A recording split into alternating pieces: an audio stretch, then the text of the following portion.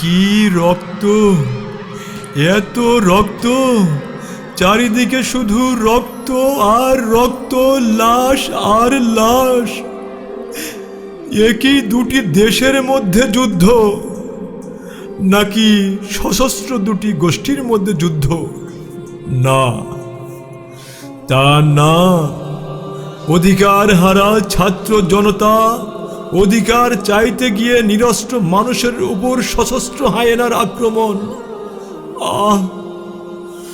কত পাষণ্ড ওরা, কত বর্বর, কত হিংস্র, কত নিকৃষ্ট জানোয়ার। আমি বলতে পারছি না, আমি বলতে পারছি না, কিন্তু না বলতে পারলে দম বন্ধ হয়ে বুকটা ফেটে যাবে। ওই যে, ওই যে আমার চোখে ভাসছে আবু সাইদের মৃত্যু। ওর হাতে কাঠির মতো কি একটা ছিল। সে কখনো ভাবেনি এভাবে দাবি আদায়ের জন্য প্রাণ দিতে হবে।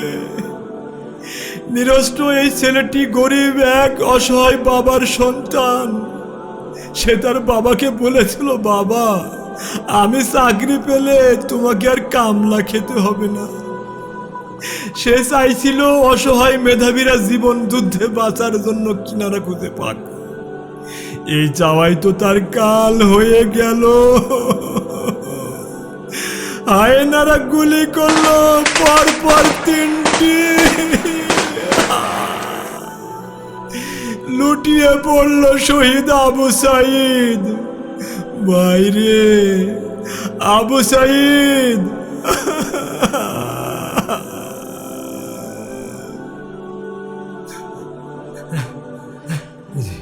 কি আসছে ওটা? আরেকজন আসছে না? পানি লাগবে ভাই? পানি, পানি, এই যে ভাই, পানি, পানি নেন ভাই। দিন রাত আপনারা অধিকার আদায়ের জন্য কষ্ট করছেন, এই নেন ভাই, পানি নেন। পানি নিবেন না?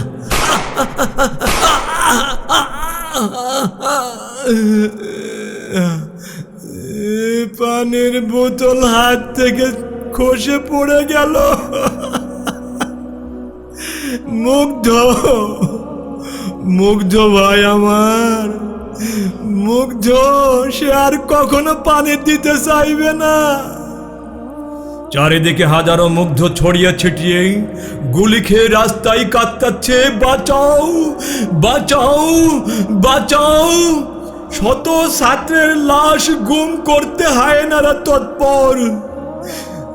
ওই যে আমার মনে পড়ে গেল বনিয়ামিন ভাইকে, পুলিশের ভ্যান থেকে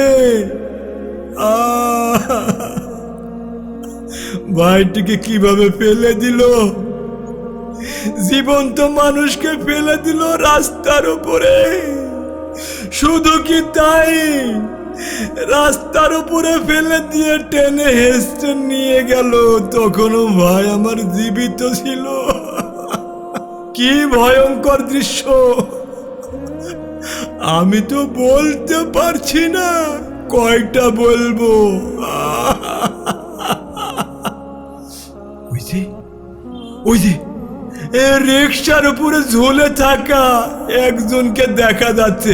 ও কি ছাত্র না জনতা? মনে হচ্ছে ছাত্র। কোথায় নিয়ে যাচ্ছে? চিকিৎসার জন্য মনে হয়, চিকিৎসার জন্য মনে হয় নিয়ে যাচ্ছে। কিন্তু কোনো হাসপাতাল ভর্তি নিচ্ছে না কেন? একটার থেকে আরেকটিতে যাচ্ছে, ক্লিনিকে যাচ্ছে, তাও ভর্তি নিচ্ছে না। ওকে ভর্তি নিতে কি নিষেধ করা আছে? হ্যাঁ, তাই কেউ ভর্তি নিবে না। আমার ভাইটি মারা গেল। ওরা লাশ গায়েব করতে নিয়ে যাচ্ছে নাকি? কি করতে যাচ্ছে? যাই দেখি। এ কি, কতজনের লাশ? 5-7 জনের তো হবে। ওই যে আর একজনকে তুলে আশ্রে ফেললো, ওদের গায়ের উপরে ঢেকে দিল কাপড় দিয়ে, না কি দিয়ে ঢেকে দিচ্ছে। এ কি, ওরা থামলো কেন? এই ভ্যানটাকে পুড়িয়ে দিচ্ছে। কেন পুড়িয়ে দিচ্ছে? ওখানে তো ছাত্রদের মৃত লাশ আছে, আগুন দিয়ে দিল সত্যি। ওরা মানুষ নাকি পুলিশ? ওরা পুলিশ নাকি জানোয়ার? ওরা কারা? ওরা পুলিশের কলঙ্ক। হে আল্লাহ, আমি একই দেখছি, ওপরে হেলিকপ্টার, ওখান থেকে গুলি করছে, অসংখ্য মানুষ গুলিতে আহত হচ্ছে, গুলিবিদ্ধ হচ্ছে। বাইরে ছোট বাচ্চারা দেখতে এসেছে হেলিকপ্টারকে। একই শিশু হাত তো মারা গেল। আহনাফ, রিয়া, তাসনিম, সবাইকে ওরা হত্যা করলো। হে দেশবাসী, তোমরা কি করছো? বেরিয়ে এসো।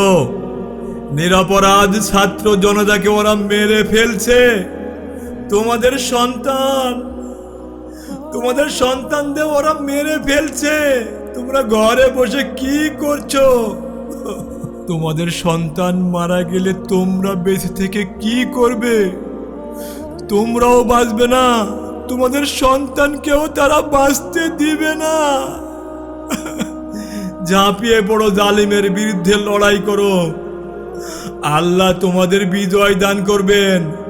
হে দেশবাসী, আর ঘুমিও না, বেরিয়ে পড়ো, বেরিয়ে পড়ো। সত্যই 5ই আগস্ট সর্বস্তরের জনশক্তি রাস্তায় বেরিয়ে পড়েছে। জনসমুদ্রেই স্বৈরাচারের পতন সুনিশ্চিত হতে চলেছে। স্বৈরাচারের পা প্রকম্পিত হতে চলেছে। জনতার স্লোগান শোনা যাচ্ছে, পালিয়েছে স্বৈরাচার, ওই যে খুনি পালিয়েছে। দেশটা আবার স্বাধীন হয়েছে, দেশটা আবার স্বাধীন হয়েছে।